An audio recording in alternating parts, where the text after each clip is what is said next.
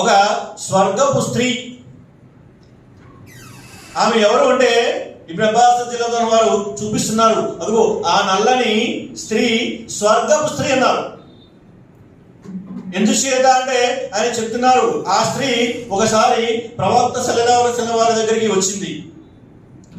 వచ్చి ప్రవక్త సల్లల్లాహు అలైహి వసల్లం వారిని అడిగింది, ఓ ప్రవక్త సల్లల్లాహు అలైహి వసల్లం, నాకు మోర్ఛ రోగం ఉంది. నేను ఫిట్స్ వచ్చి పడిపోతుంటాను. పడిపోయినప్పుడు కొట్టుకుంటూ ఉంటాను. నా దుస్తులు చెదిరిపోతూ ఉంటాయి. కాబట్టి మీరు అల్లాహ్తో దువా చేయండి, నాకు ఈ జబ్బుని నయం చెయ్యమని. ప్రవక్త సల్లల్లాహు అలైహి వసల్లం చెప్పారు, అమ్మా నేను అల్లాహ్తో దువా చేస్తాను, నీ జబ్బు నయమైపోమని.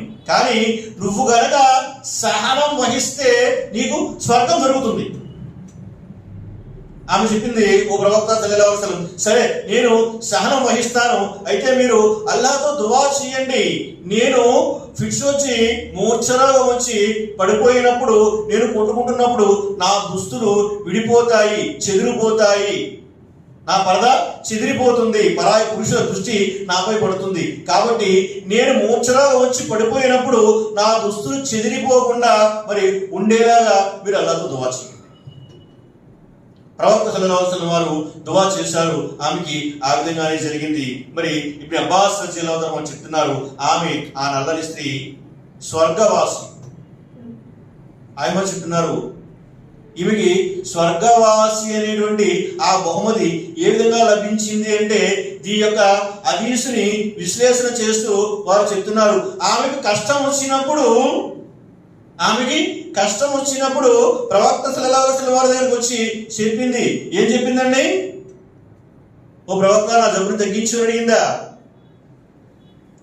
ఓ ప్రవక్త, అల్లాహ్తో దువా చేయండి.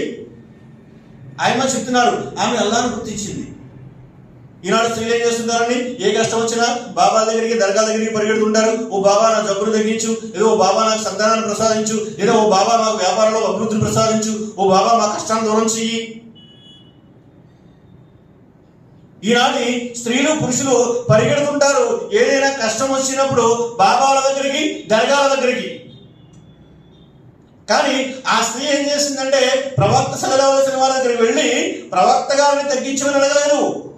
ఓ ప్రవక్త, మీరు నా గురించి అల్లాహ్తో దువా చేయండి. ఆమెలో తౌహీద్ ఉంది, అల్లాహ్ తప్ప ఆరాధ్య దైవం ఎవరు లేరని, అల్లాహ్ తప్ప కష్ట నష్టాలను తొలగించేవారు ఎవరు లేరని ఆమె గుర్తు